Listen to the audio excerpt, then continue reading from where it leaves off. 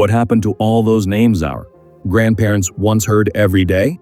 Names that filled classrooms, workplaces, and family dinner tables now long vanished from the playground. Some sounded noble, some sounded tough, and a few, well, they were simply brilliant in their own old-fashioned way. If you enjoy rediscovering the Britain we grew up in, make sure to like the video and subscribe for more. So, let's open the family album, dust off the old registry, and remember 20 forgotten British names you rarely hear today. Number 1. Doris.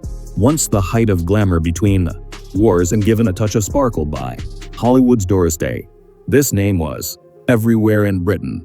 It felt modern, bright, and full of life. But by the 1970s, Doris had quietly retired, replaced by sleeker newcomers like Julie and Karen.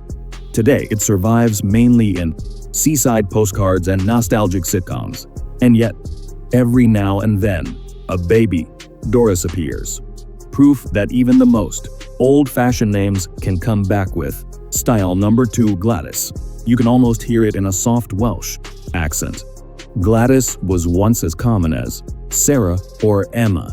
Gentle, tidy, and thoroughly respectable. It reached its peak in the early 1900s and held strong for decades. But as time went on, people began to associate it with stern aunts and sensible shoes. Now it feels delightfully vintage, the kind of name that smells faintly of lavender and toffee. Number 3. Beryl. It sounds like a jewel because it is one.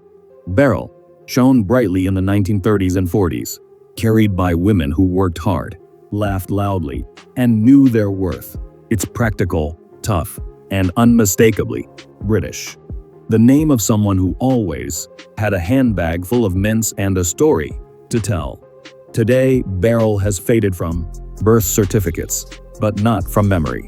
It's pure post-war Britain in a single word. Number 4. Gertrude. Serious, strong, and sensible. For Victorian parents, Gertrude carried weight. It meant spear of strength. After all, nicknames like Gertie or Trudy softened it, but the full version demanded respect. By the 1950s, it had fallen out of fashion, sounding a little too stern for modern ears. Yet, it's hard not to admire its boldness. A name built for a world that valued character over coolness. Number 5. Ethel. Once among the most popular names in Britain, Ethel meant noble, and it sounded it too. For middle-class families of the early 1900s, it was refined, elegant, and proper. But language evolved, and soon Ethel felt more like a lace doily than a debutante. By the 1950s, she retired from the baby books. Today, it's pure nostalgia, evoking wooden radios, sing-alongs, and family photos in black and white. Number 6. Hilda, meaning battle. Hilda had grit written all over it. Popular in the early 20th century, especially in working-class Britain, it conjures images of women in headscarves running households and keeping calm through air raids. Hilda wasn't glamorous, but she was reliable, and perhaps that's exactly why the name deserves more love than it gets. Number 7. Mildred. A lovely contradiction, literally meaning gentle strength. Mildred was a name of quiet dignity worn proudly by women across Britain.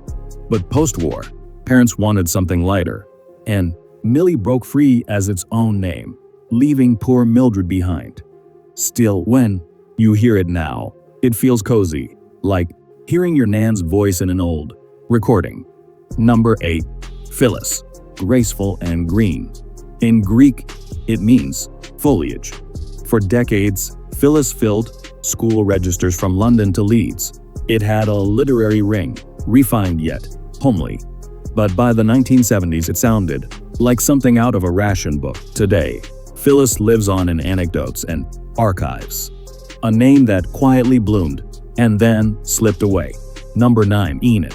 Romantic, poetic, and undeniably British. Tennyson wrote about her. Enid Blyton made her famous, and for a while she was everywhere.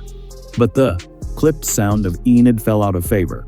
after the 1960s, replaced by softer names. Still say it today and it feels intelligent, brave, and charmingly old. School. Number 10. Mabel. Meaning lovable. Mabel was huge in Edwardian Britain. Cheerful, proper, and sweet. It disappeared mid-century, but unlike some of her forgotten sisters, Mabel's story has a happy ending. She's back. In nurseries across the UK, you'll now find a few little Mabels toddling about. Living proof that some names really do come full circle. Number 11. Norman. Solid as a brick house. It literally means Northman, and it carried that sturdy strength right through the 20th century. Perfect for men who fixed things, served in the forces, or built lives from scratch. By the 1980s, though, Norman had slipped into memory, replaced by names with softer edges. But few names sound more reliably British. Number 12. Nest Once. Loaded with dignity and a touch of humor, thanks to Oscar Wilde's The Importance of Being Earnest. Explorers, authors, and gentlemen carried it proudly. Then fashions changed. By the late 20th century, Ernest was a relic of grammar schools and stiff collars, but its charm is timeless. The name of someone who means what they say. Number 13. Clifford. From Ford near a cliff, Clifford had a rugged yet refined sound. It felt strong, dependable, and polite, the kind of name that shook your hand firmly and remembered your birthday. Shortened to Cliff, it survived a little longer, but the full version faded fast after the 1960s. Still, few names sound more unmistakably British or more like they belong in a tweed jacket. Number 14. Leslie. A name that started as Scottish nobility and ended up across every British office and street. In the interwar years, Leslie was smart, versatile, and everywhere. But by the 1970s, short, modern names like Lee and Neil took over. Still, Leslie has a warmth to it. You can picture the neighbor who always waved from his front garden. Number 15. Wilfred. Friendly and gentle, Wilf for short. Once a favorite for boys born between the wars, Wilfred carries a quiet decency that modern names often lack. It vanished for decades, but surprisingly, it's making a comeback. Perhaps we've started to miss names that sound, well, kind. Number 16. Seal. Elegant, old school, and faintly aristocratic. Seal belonged to poets, politicians, and the kind of men who owned libraries with fireplaces. By the mid-century, it was far too formal for a modern Britain of jeans and pop music. Now, it survives on theater signs, parks, and a few grand old uncles, gentile and unbothered. Number 17. Horace. Scholarly and serious, Horace was the name of a gentleman who quoted Latin and never missed a train. It carried prestige in Victorian Britain but sounded impossibly stiff by the 1960s. To date, it's rare but not forgotten.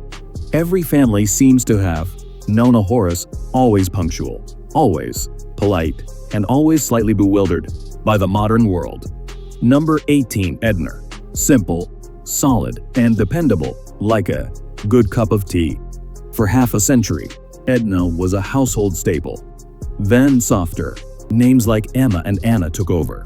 But Edna still has charm, a quiet strength, like someone who knows every neighbor on the street. Number 19. Bertha. It once meant bright and famous, and it was Victorian parents loved its confidence. Then somewhere along the way, Bertha became a punchline. By the 1970s, she was gone. Remembered mostly in affectionate jokes or cartoon machinery. A fall from grace, but a memorable one. Number 20. Gwendolyn. One of the most romantic names Britain ever produced. Soft, musical, and beautifully Welsh. It was the kind of name you'd find in old love letters or handwritten wedding invitations. By the mid-century, though, the nicknames Gwen and Wendy took over and the full version slipped into history. But say it now and you can almost hear the sound of a hop and a whisper of rose perfume. They weren't just names. They were voices, values, and memories woven into daily life. Each one tells a story about the Britain that shaped us. A Britain of tea breaks, handwritten letters, and neighbors who actually knew your name. So tell me, did your family have a Doris and Edna, or maybe a wolf?